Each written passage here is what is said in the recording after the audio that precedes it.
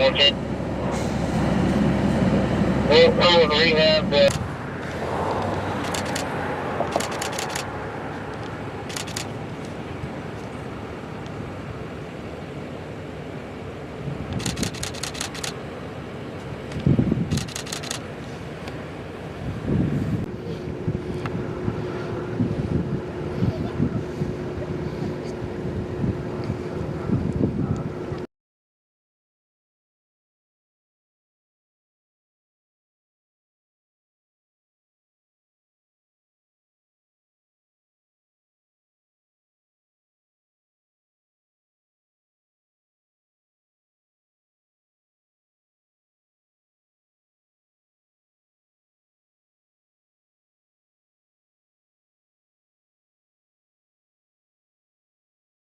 So this is the Bond Ranch behind me, or the Bond Fire behind me, pardon me. It's currently, we're estimating it around 100 acres and 0% contained. So it's a large grass fire that began burning. Texas A&M Forest Service was requested to come assist with this, with aviation resources and heavy equipment. Any idea on how it may have started? Not at this time. It's too quickly that we've been on scene. So locals are probably still looking into it, and as we get more information, we'll publish it. Any structures damaged? Not that I'm aware of at this time. How many firefighters? I see Justin, Eagle Mountain, Blue Mound. There's a bunch. There's at least 10 from Texas A&M Forest Service, and there's been multiple fire departments coming in and out. Here in Tarrant County, there's lots of fire departments to come around, and I imagine that most of them are here to help. The air assets that flew in, where did they come from? So those are with the Texas A&M Forest Service. They're on contract with us. Those are single-engine air tankers. They flew out of mineral wells, and they've been scooping water off of Eagle Mountain Lake and dropping it on this fire to help knock down any activity. And how many planes total? So there's 3 planes, there's 3 single-engine air tankers, and then there's 1 air attack, which is a supervisory plane actually flying circles directing them. The high heat, obviously, it's over 100. I mean, clearly hot conditions for guys to be fighting this fire. Absolutely. Makes it more difficult. We can't work for as long without having to take breaks and cool off. All of that heat that's affecting us is also affecting all of this grass and brush that's out there. So fuel are all very dry and very receptive to fire occurring. It seems like we've gone from a wet spring to a pretty quick, dry season, and now things are starting to ramp up as we get into July and August. What does this say for the fire season? We're in it. This is normal fire. This is the normal period of time that we call fire season here in North Texas. Late end of July, moving into August, September. We are now, we can very comfortably say that we're in fire season here in North Texas, and this is something that we need to be paying attention to and be aware of as we move forward for the next couple months. What do you have to say to a lot of the folks out there discarding cigarettes, different things like that, welding? So one of the biggest things and one of the biggest ways to help your local departments, whether they're paid, volunteers, members from the state, myself, all of these departments have to respond to every fire that occurs. 90% of wildfires in Texas are caused by humans. The less fires that start means there's more resources to put them out. So anybody can be careful with how they're acting around fire, making sure you're not dragging chains, being careful with welding, being careful with cigarettes, or any kind of flaming materials that may fall out of your vehicle. All of those reduce the number of fire starts. So this is mainly just a pretty big brush fire. It is. It's a big grass fire. The aerial shots were showing flames getting up to 5, 6, 7, 8 feet. I mean, was this fire considered moving?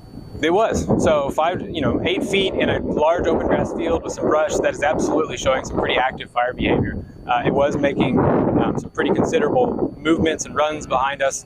At this time, you can see behind me, it has definitely died off with the reuse of the aerial resources, and crews are now going to go around and actively work to mop up any piece of still burning material they can find. This is my 3rd of the day. Texas A&M Forest Service has been requested to 4 at this point here in North Texas. Can you talk about, with the winds, even the winds picking up now, even though the fire is pretty much out, you're just working in hot spots and stuff, how does that affect how y'all go about it on dealing with possible flare-ups? So when you have such a large area burning like we do, we can't put it all out. Even if we have a large body of water nearby, that's a ton of water to try and put out 100 acres of actively burning material. So what we're going to do is we're going to burn it. We're going to put out as much material as we can around the edge of it, typically 100 to 150 feet. That way we can prevent anything from being blown across the line. With high winds like this, that distance is likely to increase just to make sure that if the winds do pick up, nothing's going to get picked up with them and blown outside our containment lines. How did the winds affect? I heard FT talking about the winds keep shifting and it was making it harder. How is that a normal thing for a fire like this, or? Wind shifts occur all the time. It's something you have to plan for.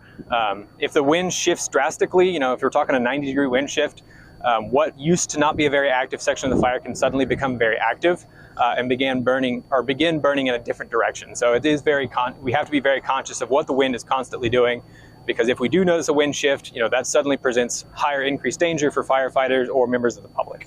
Dozers are on scene too. We do. We have heavy equipment from Texas A&M Forest Service as well as Tarrant County precincts. So there's dozers, there's track loaders, there's motor graders. There's a wide variety of equipment behind me that's going to work. My name's Randy Renois, R-E-N-O-I-S as in Sam. I'm the Tarrant County Fire Marshal. All right, what do we got going on here, Randy? Well, this afternoon we had a grass fire pop up. A construction company here that's doing underground cabling. They were cutting some rebarb up, sparks. It took off from this corner here and took off to the top of the hill. And when it got to the top of the hill, the wind shifted a little bit and split the fire two different ways, headed towards the northeast and then headed towards the northwest, which made it, you know, difficult. We got people out here as quick as we could. I can't tell you how many fire trucks, brush trucks, and personnel we have, but it's more than a handful. We got a bunch. Forestry Service brought in aerial support. How big of an They impact brought in how big of what? How big of an impact was that? Oh, it's wonderful. You see them guys drop water. They can drop water faster and put something out faster than these fire trucks can. And these guys on the fire trucks are good. They can just cover a bigger area. And it takes them about 4 minutes to go to Eagle Mountain Lake, fill up, make another sweep. We've had 3 of them today, and they just follow each other.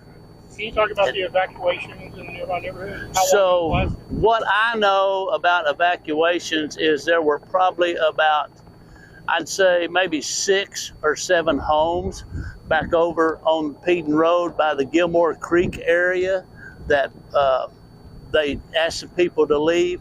Shortly after we asked them to leave, it was all clear. So it was just a precaution because the fire jumped Peden Road for just a little bit, maybe 1/3 of an acre. They put it out real quick, and then they started pushing back towards Bond's Ranch here. How hard is it working for these firefighters working in this heat? It's terrible. They have to wear their bunker gear. Most of their bunker gear probably weighs, what, 35, 40 pounds? Now, wildfire stuff is a little bit lighter. You know, it may be 20 pounds. But still, when you're in this 105, 106 degree heat, and then you got the heat from the fire and the heat off of the ground, yeah, it'll take a toll on you. So you really have to stay hydrated. And we're rotating a lot of people out. We've got strike teams from Denton County here. We've got some from Wise County. And then we've got a ton of Tarrant County. Can you elaborate a little bit about the rotation? Hi there. How? Say it again. Can you elaborate a little bit more about that rotation? Of the personnel? Yeah. So how long you rotate? It depends on how much firefighting they're into, but a lot of times after about 2 to 3 times that they fill up, they'll send them to rehab to rest up. Sometimes it may be 1 time.